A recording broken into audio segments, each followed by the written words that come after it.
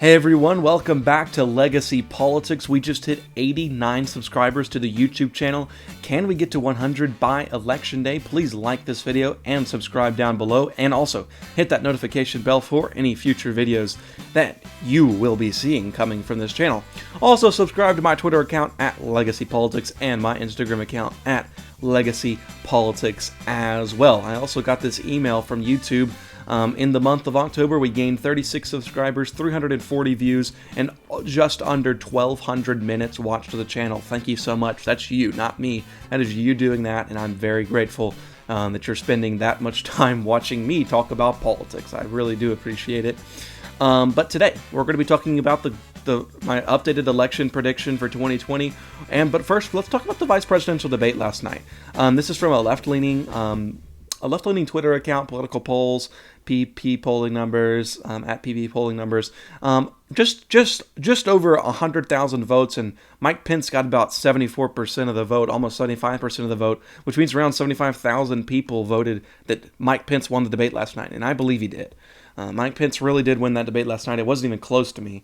President Trump said it this morning. It wasn't even close to him.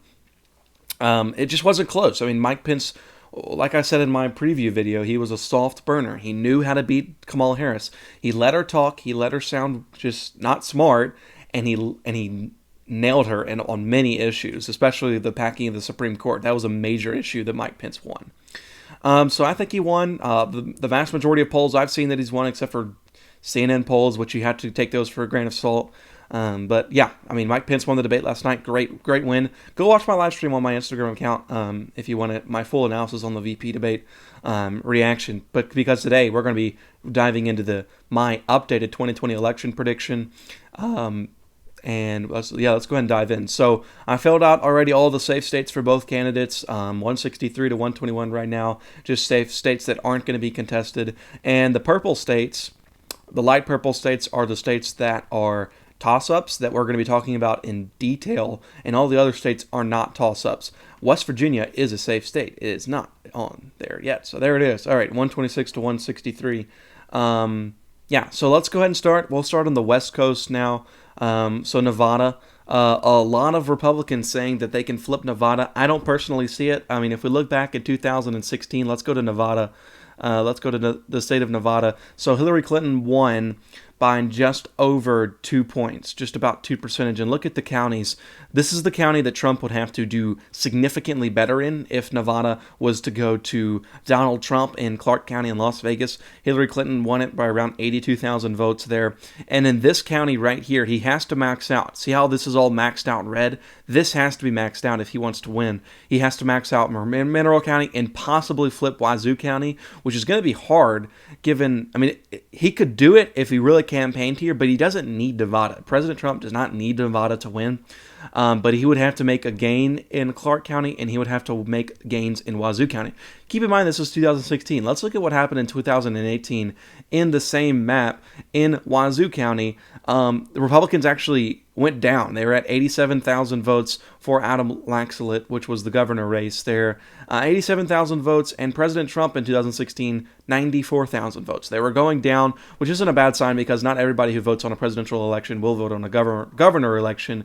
But you can kind of see that he did max out him in Mineral County, but he has to make gains in Clark County and Wazoo County, which I personally don't see him doing. That's why I'm going to give Nevada to the Democrats by a tilt margin. I do think it'll be closer than most people think.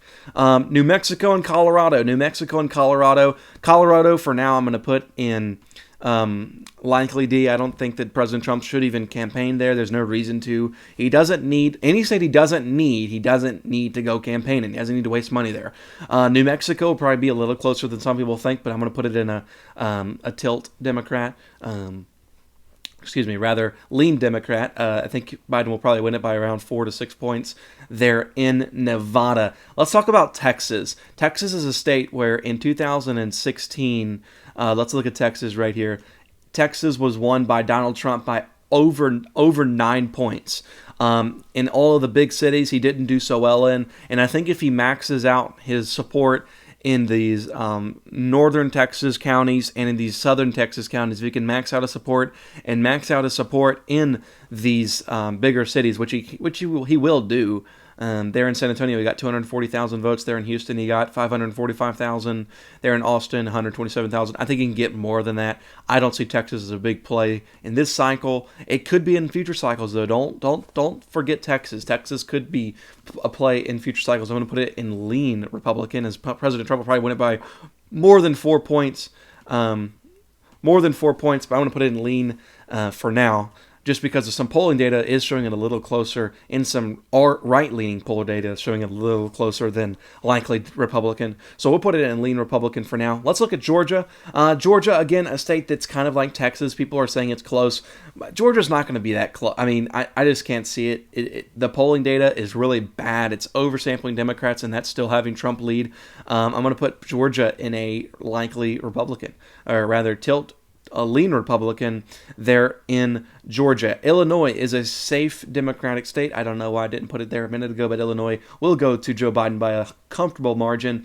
Now, Iowa's an interesting state because some of the polling data showing it very close. I don't see it that close. President Trump won it by 10% in 2016. He maxed out his support in all of these southern counties and western counties, but can he get more support in Des Moines or Cedar Rapids or Davenport and Scott County? A very important county here is Black Hawk County. He needs to get better there. If he can get it's where I believe that's where Iowa State is. I could be wrong, but Iowa State's in Black Hawk County, and it's really important is that he needs to do better in Black Hawk County, and he'll be fine. I don't see a problem in Iowa. Iowa will go to the president by a comfortable margin. I'll put it in likely Republican. Ohio, another interesting state that's showing right now President Trump doing very well there in Republican registration. Columbus, if he can get a little more support there, he'll be fine. All of this rural area is going to be voting for him. He's going to max out his support. Just right here in Algalaiz County, 18,000 votes to 3,000 votes. Joe Biden isn't just really that exciting. He's just not exciting, and most people who voted for Donald Trump in 2016 are going to vote for him again. It's the people who didn't vote for him in 2016 that is going to be interesting to watch. So I don't see Ohio as much of an issue either, and that's going to be a likely Republican. Virginia. A lot of people are talking about Virginia possibly being a flip. I personally don't see it. Clinton won it by around 5%, and I think that near Washington, D.C., you have where Hillary Clinton did very well here in Fairfax County and London County, coming right close to Washington, D.C. I think that that's going to be more maxed for Joe Biden just because of the hate for Donald Trump.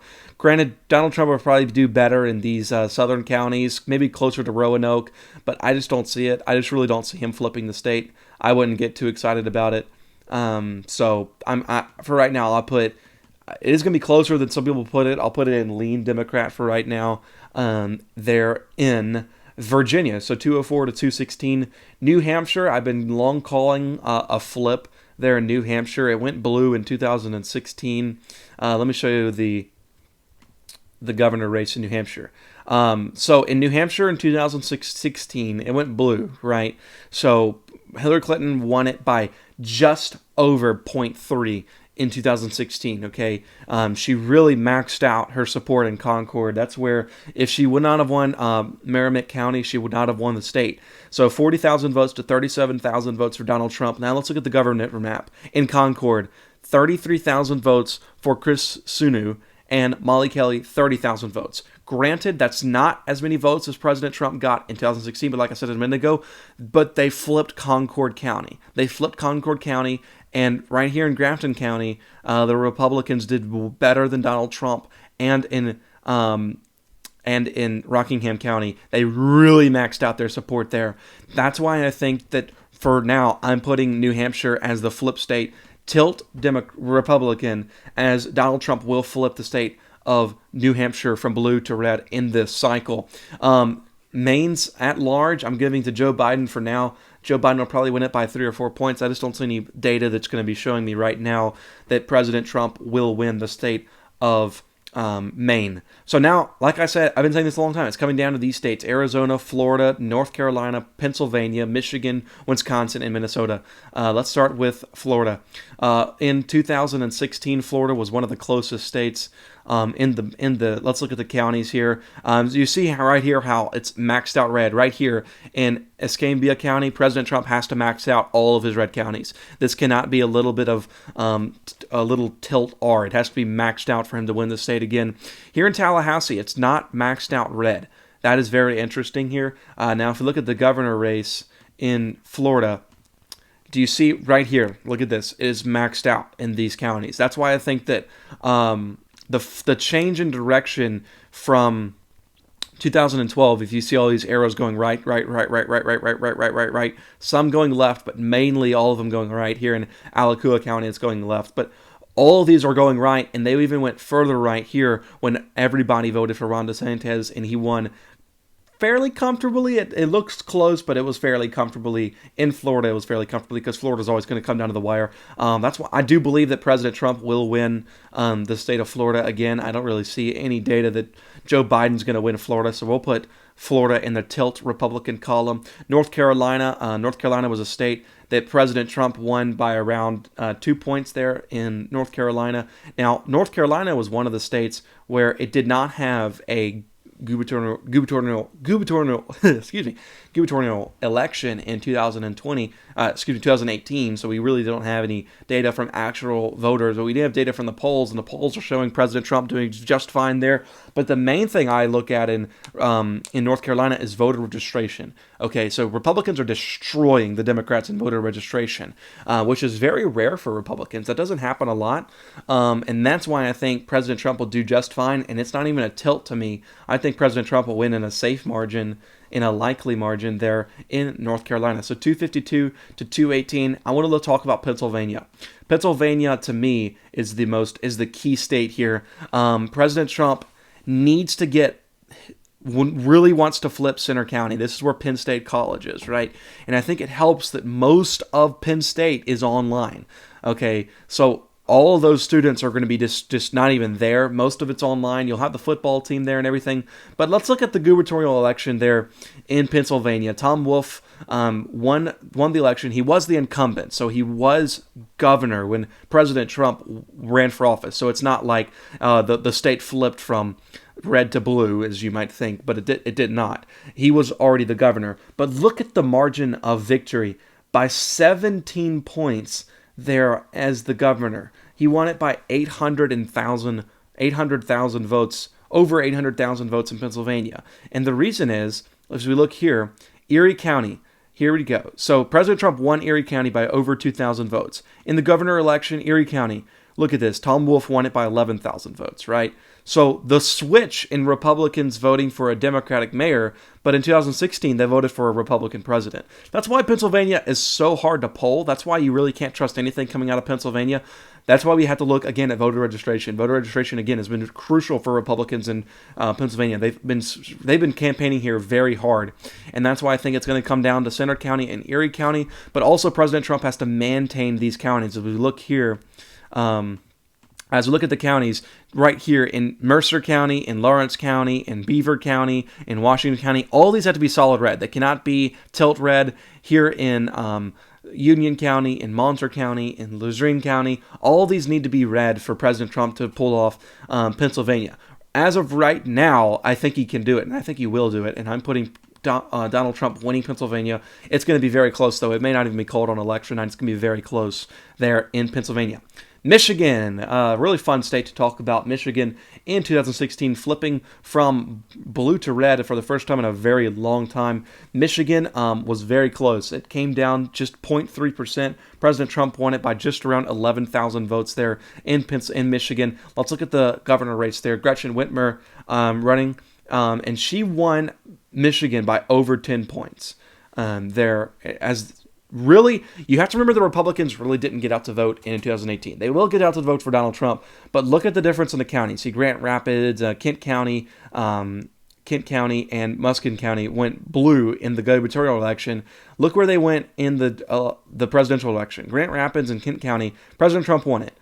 Muskin County, Hillary Clinton won it, but it was really close. It wasn't close in the gubernatorial election. Now, once again, people are going to vote different, and the Republicans did not get out to vote in these in these states in the gubernatorial election. But it is interesting to see the shift, see how all these arrows are going right. Well, if we look at the gubernatorial election, I know that New York Times doesn't do this, but most of these counties will be going left. So it could be coming down to the wire. As of right now, I'm putting Michigan in the tilt D column. I don't think that President Trump is going to pull it off again there in Michigan. It's just, Michigan is tough to poll. He can do it, but right now I don't think he is going to. Let's talk about Wisconsin. Wisconsin, again, President Trump won by a very tight margin there in 2016. Let's look at the governor race in 2016. Look at all these counties that were blue in 2018, okay? In 2016, look at the difference. Right here in 2016, 2018, boom. This is where Donald Trump has to maintain ground in 2016, and he will. As we look here in Crawford County, President Trump got 3,000 votes, and in the gubernatorial election in Crawford County, Scotty Wilder, 3,000 votes. Tony Evers, 3,354. So he just barely won it. So it's not like it's a big margin. And more people will get out to vote for President Trump than they will be Scotty Olfer. They were kind of frustrated with him, and they're in Wisconsin there in 2018.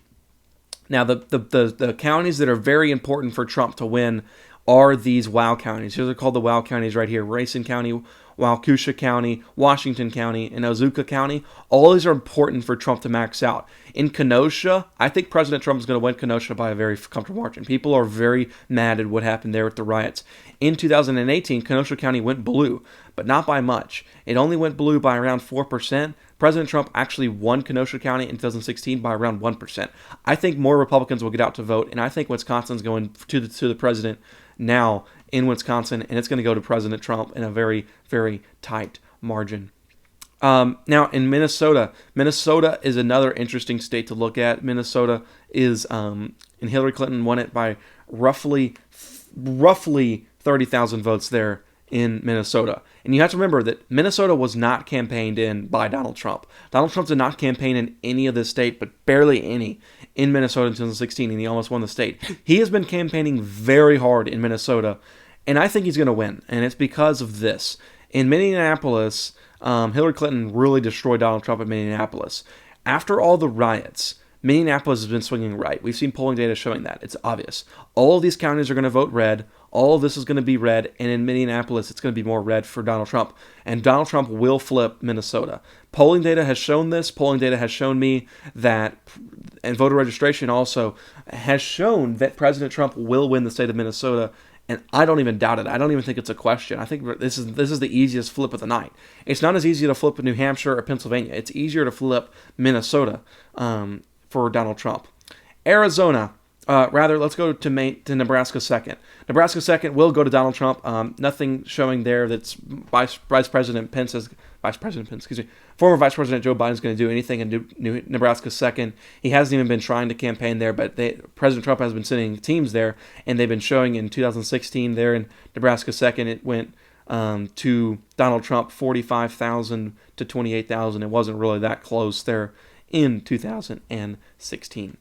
Now Arizona, the last day of the night. Arizona is going to be the toss-up state. I don't even know what's going to happen. In 2016, President Trump won it by around 4%. So everybody's like, well, legacy politics, why is it going to be close? Well, let's look at the government map. Let's look at what happened. Arizona did go red, and it went red by 15 points. 15 points. Right. Polling data showing Biden winning in Arizona, but I'm just saying, if it was 2016, 48 to 44, right? 1 million votes for 1,200,000 votes, 1,330,000 votes for the Republican governor. Yes, Arizona's going red. I just can't. I don't know why people aren't looking at that. And I think Arizona's going red by a comfortable margin. It's not even going to be tilt. Everybody's saying, oh, Arizona's going to be the toss-up state. I don't even know what's going to happen. And I was saying that for a while until I really dug into these numbers over the past few weeks, looking at voter registration, looking at the data, looking at the polls, and looking at what they're oversampling. Arizona's going Republican. So right now, my election prediction, 304 for Donald Trump, Joseph Biden, 234. Can this change? Yes, it can. Can this go the other way? Yes, I could see Vice President Biden getting Minnesota. I can see Vice President Biden getting Pennsylvania. Look how close it is now, 274 to 264.